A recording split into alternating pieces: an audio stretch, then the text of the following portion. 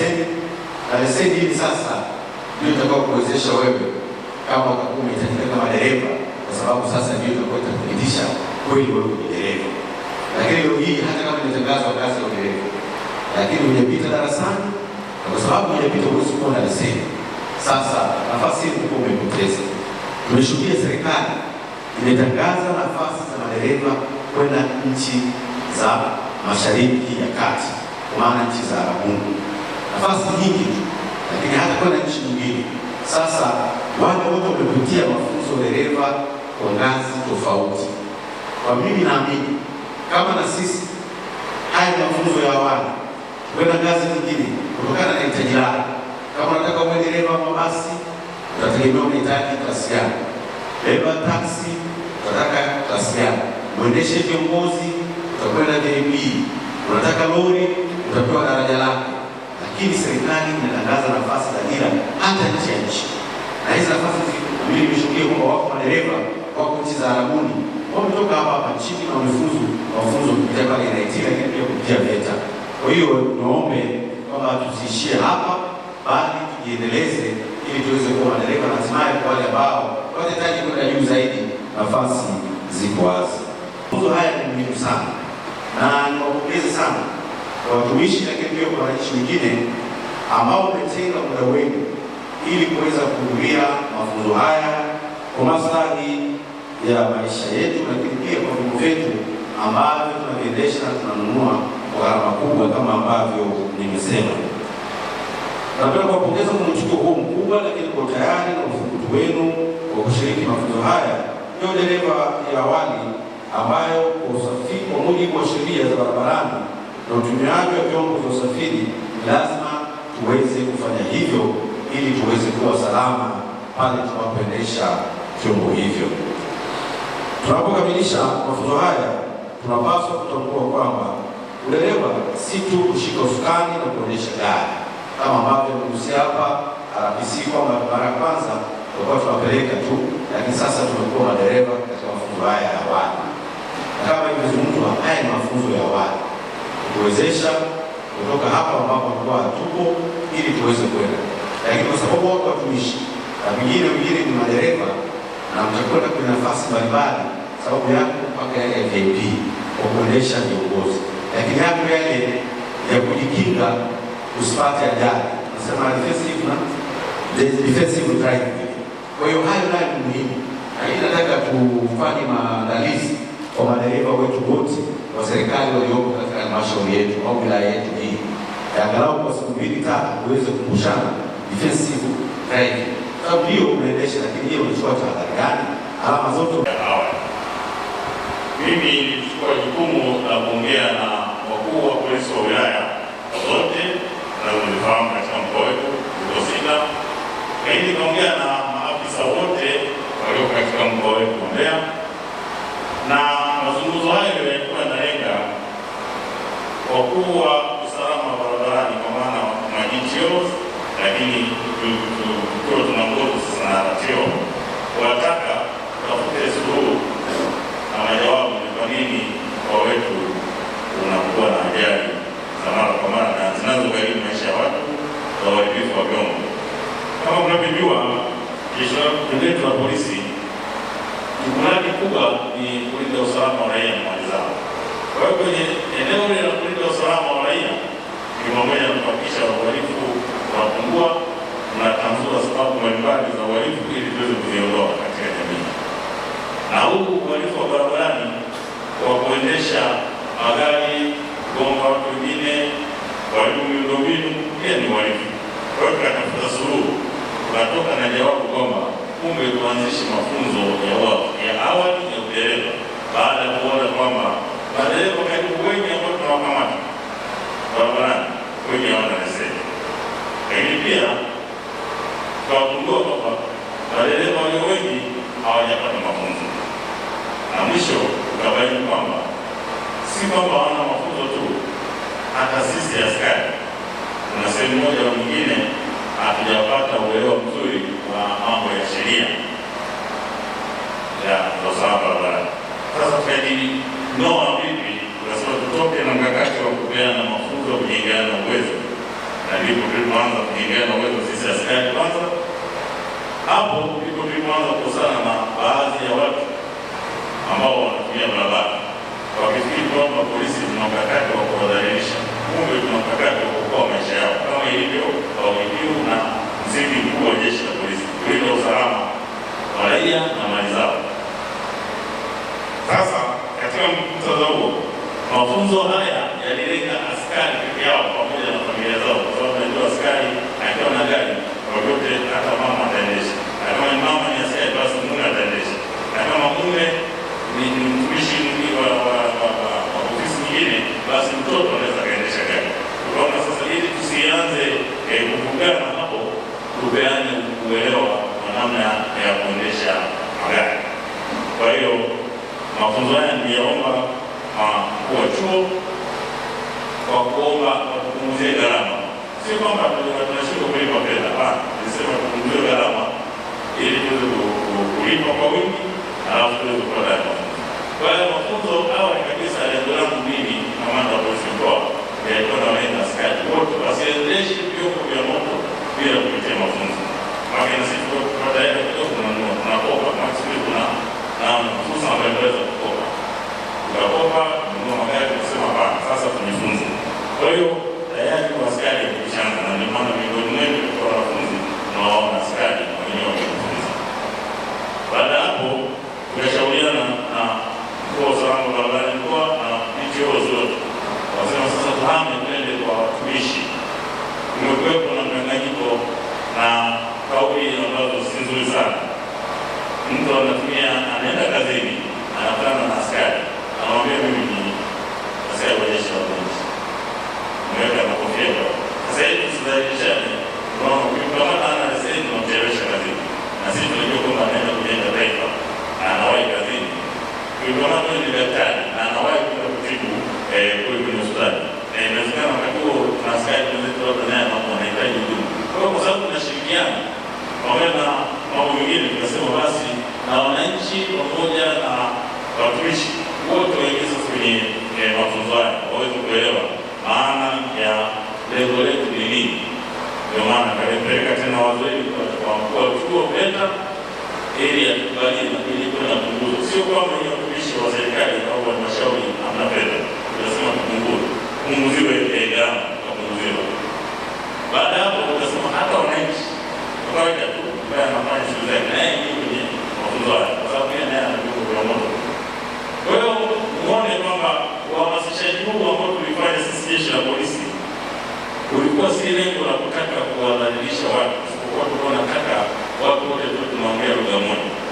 Kwa hiyo baada ya hapo tukaelewana na mafunzo yakaanza.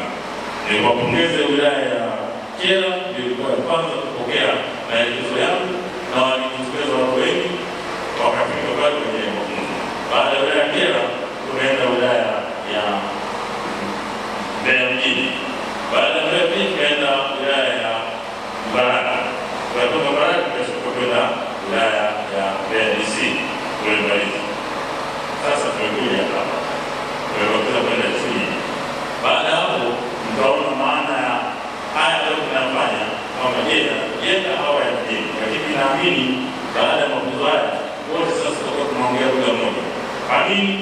Huko barabarani tunapopita na vyombo vyetu vya moto, barabara hii ina lugha yake, na hii lugha walio wengi wanaendesha vyombo vya moto hawajui. Unajua kama hujui lugha ya mtu, kwa vyote unaweza kuona unakosana naye, na hata kama anaongea kwa ishara, kwa wale ambao wanaongea kwa ishara ambao wana tatizo la kuongea vizuri, wanaongea kwa ishara, na ishara ukionyesha tofauti kwa hiyo mtu ambaye anaongea, unawezekana ukawa unamtukana. Kwa hiyo tunasema wote sasa tuende darasani usome ishara, alama pamoja na michoro. Kwa hiyo sasa hivi tumeshaelewa. Wengine walikuwa wakiangalia alama ya kitimendo na pia ni mtando uliowekwa hapa barabara. Wengine akiona mtu amechora chini, inawezekana watu walimwaga rangi, walimwaga tofali, wamechora. Kumbe na maana. Kwa hiyo sasa hivi hata ukimwona askari hakuna sababu sasa ya kuwa na wasiwasi, kwa sababu tumeshajua yule anayesimamisha kazi ni ndugu yake, anapojua kama anasema. Na ndugu zangu, mwambie tulikuwa na ajali nyingi sana mkoa wetu wa Mbeya. Kama nimesema, tulifanya utafiti tukagundua kwamba ajali nyingi zinasababishwa na watu ambao hawana uelewa wa vyombo vya moto, hawajapita mafunzo. Kwa hiyo tunashukuru kwamba afande mkuu wa jeshi naye ahimiza pale IGP kwamba sasa elimu hii iende, na ndio maana tumeomba sasa elimu hii badala ya kuweka kwenye chuo cha VETA Mwenge kule, tumeiomba VETA walete watumishi wao kwenye ngazi ya chini. Tumeshuka sasa hapa makao makuu ya halmashauri ya wilaya, tutakwenda mpaka kwenye vijiwe na huko mitaani na pembeni ya mji, ili watu wote kama kuna watumishi kama alivyosema mwenyekiti wa halmashauri wote waweze kupata elimu ya mafunzo ya udereva awali. Sasa kwa sababu hiyo wote ni watumishi na wengine si watumishi, ndio inakuwa kwamba sisi jeshi la polisi tunasema utii sheria bila shuruti. Sasa nyinyi mtakuwa mabalozi kwamba mmetii sheria bila kushurutishwa, na ngazo baada ya kutolewa umekuja na mmeingia kwenye mafunzo barabarani na kuhakikisha barabara zetu zinakuwa salama katika mikoa na taifa kwa ujumla. Historia kwa wetu wa Mbeya kipindi cha nyuma ilionekana kuwa kinara sana wa matukio ya ajali, na wote tukiwa kama wakazi wa mkoa tunaweza tukawa mashahidi kwenye hili, lakini kulikuwa kunasema maneno mengi sana. Mojawapo ya maneno ni kwamba kuna vigwengo kwenye barabara zetu, hadi ikafikia pointi ya kukusanya viongozi wa dini na viongozi wa kimila kwa maana ya machifu kwenda kuziombea barabara na hata kuchinja wanyama kama kondoo. Afande RPC anaweza kawa ni shahidi kwa sababu walikuwa wakifanya haya chini ya kumwomba ridhaa ya kufanya hayo mambo barabarani, lakini ilionekana baadaye kwamba kuna mwarobaini. Mwarobaini huu unapatikana kwa kusimamia sheria za usalama barabarani, ndipo kamati zikasimama imara kuhakikisha kwamba sasa sheria iweze kusimamiwa vizuri na madereva waweze kujua majukumu yao na sheria zinasema nini barabarani. Baada ya usimamizi huo, watu wanasema unapokuwa unafanya kazi inavyotakiwa, basi utasikia milio mingi. Madereva wengi walianza kuwa wakipiga simu kwa viongozi wa siasa, viongozi wa serikali na hata kwa viongozi wa polisi ngazi mbalimbali kuomba msaada, kwa maana wanapokuwa wamevunja sheria wakichukuliwa hatua, basi vilio vinakuwa vinazidi, hasa madereva wa maroli na mabasi. Na kule utaratibu ukawekwa kwamba kuna makosa ya kuweza kuvumilika, lakini sio kosa la speed, sio kosa la poor overtaking, lakini na makosa mbalimbali ambayo yanapelekewa na utashi wa kibinadamu kama ilivyoelezwa awali, kwa maana ya ulevi na kutembeza magari ambayo ni mabovu. Walishikwa watu, na katika mkoa wetu afande RPC ni mlezi wa kamati, ilitolewa pendekezo kwamba mtu yoyote anayekamatwa kwa kosa linalosababisha uhatarishi wa maisha ya abiria, cha kwanza akailoka masaa yasiyopungua 24. Baada ya hapo atasikilizwa kwa nini alitenda kosa hilo na sheria zichukue mkondo wake, ikiwa ni pamoja na kufungia leseni zao. Mheshimiwa, kwa kufanya hivyo mkoa umeendelea kuwa shwari.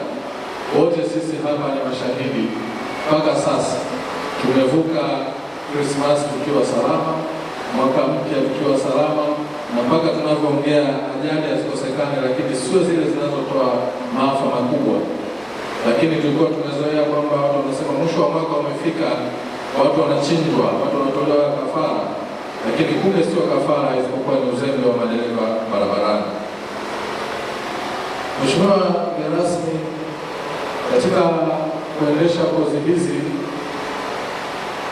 tulikaa tukaona ufanyike ubunifu, lakini ikatoka maombi rasmi kutoka kwa afande RPC akiwa anaongelea jeshi lake la polisi, akiwa ameona kuna hitaji kubwa la hawa askari kupata mafunzo ya udereva ili waweze kuwa mahiri na wenyewe, kwa sababu ndio wasimamizi wa sheria, mbalimbali ikiwa za barabarani pia, basi waweze kuwa wa kwanza kuzitii ili waweze kuzisimamia vizuri. Ombi hilo alielekeza VETA moja kwa moja na kuomba 50% ya punguzo la ada.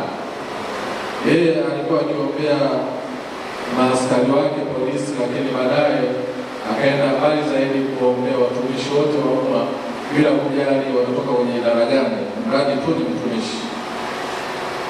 Basi punguzo hilo lilifanyika na tulifanya mafunzo katika wilaya ya Kyela DC, tumefanya Mbeya jiji, watumishi zaidi ya 300.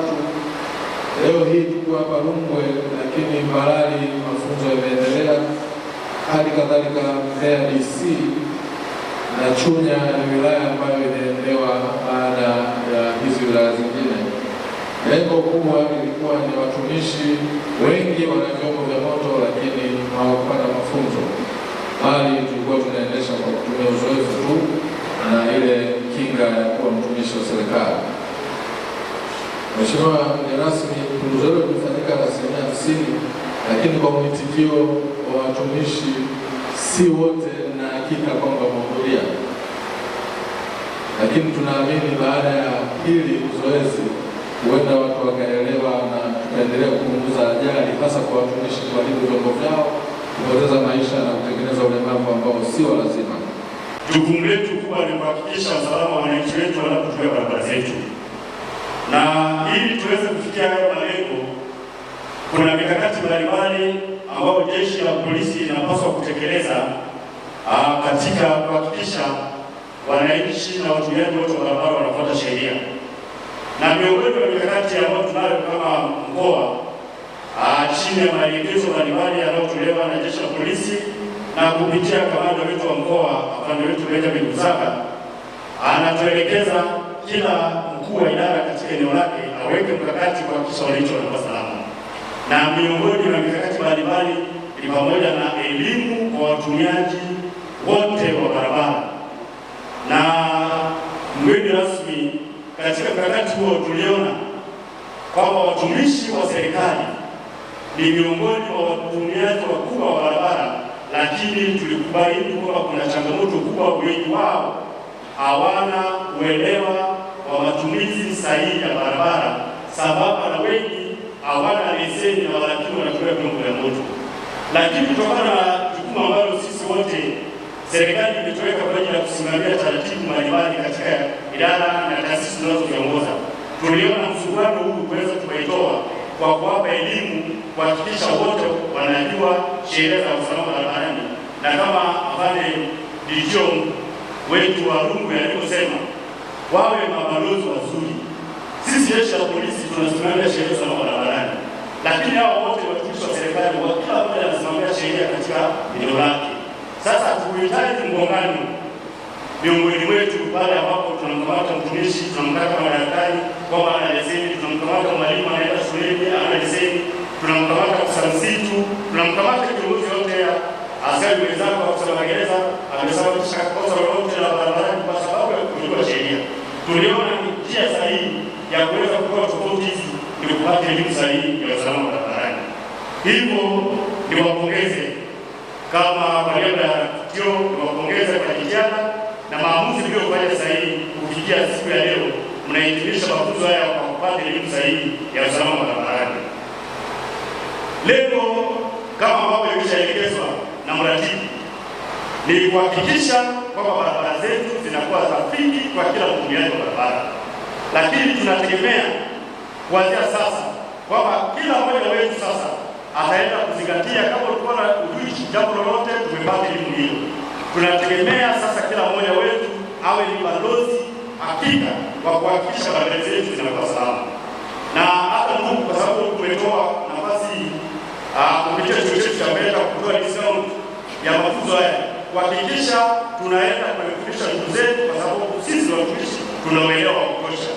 Lakini pia jambo lingine ambalo mheshimiwa mgeni rasmi napenda nieleze kwamba mafunzo haya ni mafunzo ya uelewa wa awali, kwa sababu tutatoka hapa nasema kwa nipata elimu, kwa sababu unakuja kudai leseni ya class C, class E mafunzo haya yatambulikane kwamba ni mafunzo ya udereva wa awali, ambapo udereva wa awali utapata klasi C, klasi D, klasi B na klasi A, na sio klasi E wala klasi C. Usije ukaleta mgongano baada ya kuhitimisha mafunzo haya ukasema mimi nilishapata mafunzo nataka klasi C. Sio mafunzo haya. Kama unataka klasi E, klasi C na madaraja mengine, mafunzo yake yataandaliwa rasmi kupitia vyuo vyetu vinavyokamiliwa na serikali. Hivyo tutoke hapa baada ya kupitia tumemaliza mtihani wa awamu ya kwanza, lakini kuna mtihani ambao tutafanya awamu ya pili. Tulianza kuhamasisha kwanza. Kabla ya hapo, mafunzo haya ni awamu ya 6. Kuna awamu ya kwanza, kuna watu walisoma awamu ya pili, awamu ya 3. Hii ni awamu ya 6 ambayo ina jumla ya wanafunzi zaidi ya 108 ambao wamehudhuria mafunzo ambayo tulifungua tarehe 8 mwezi wa 4 na leo tumehitimisha. Kwa hiyo wamejitoa kadri ya uwezo wao, na wengi wao ni watumishi, kwa sababu mafunzo haya yalilenga sana kwa watumishi. Walikuwa wanakosa muda, lakini tunaona namna gani ambapo tunaweza tukawafikia na wao wapate elimu hii ya usalama barabarani. Nadhani tayari afandisilia ameshatambulisha au ni wakilishi, lakini pia ni wanafunzi ambao tuko nao, na wengine kutoka idara tofauti tofauti hawajaweza kufika kwa sababu ya kupata mtoa huru, lakini wako wengi na mwitikio ulikuwa mkubwa sana. Lakini mheshimiwa mgeni rasmi, kuna tathmini ilifanyika. Kwa kweli ajali zipo nyingi sana, na sababu kubwa ya ajali zinazotokea utakuta ni makosa ya kibinadamu. Makosa ya kibinadamu, unakuta mtu hajui sheria za usalama barabarani, mtu hajui zile alama, yale makundi 5 ya alama za usalama barabarani, na mambo mengi, mwingine afungi mkanda, mwingine amelewa na kadhalika. Kwa hiyo tuliona ipo haja ni namna gani ambapo tunaweza tukapelekea hawa madereva wakawa ni madereva wazuri huko barabarani, kwa sababu 80%, zaidi ya 80 hawa ni madereva wanaendesha magari, lakini wamekosa sifa ya kuwa na vyeti. Leseni wanazo, lakini vyeti hawana. Tafsiri yake ni fupi tu kwamba wengi wao hawajahudhuria mafunzo ya aina yoyote haya. Kwa hiyo tukaona ni bora tuwakusanye hawa ili waweze kupata elimu, hata watakapoendesha magari yao, basi watakuwa na ujasiri mkubwa sana, kwa sababu watakuwa wamepata elimu, maarifa na namna ya kukontrol chombo husika. Kwa hiyo ajali nyingi baada ya utafiti kufanyika, ilionekana makosa ya kibinadamu ni 76% ya ajali zote zinazotokea nchini, na ndani ya 76%, 72% zinasababishwa na madereva, uzembe wa madereva. 4% zinasababishwa aidha na watawala, waendesha mikokoteni na kadhalika. Kwa hiyo utakuta sababu kubwa za ajali ni madereva kutokuwa makini, kwa 76%. Lakini 16% ya ajali zote zinazotokea nchini inasababishwa na vyombo kuwa vibovu. Hiyo ni 16%. Nyingine ni hali ya hewa, miundombinu na kadhalika, ambayo inabeba 8%. Kwa hiyo ukichukua 100%, unakuta sababu kubwa ni sababu ambayo ni makosa ya kibinadamu yanayofanywa na dereva. Kwa minajili hiyo, tukaona hawa madereva kwa kushirikiana na chuo cha VETA, baada ya kuwaomba washiriki wapate hawa mafunzo, ili wakitoka hapa basi wawe mabalozi wa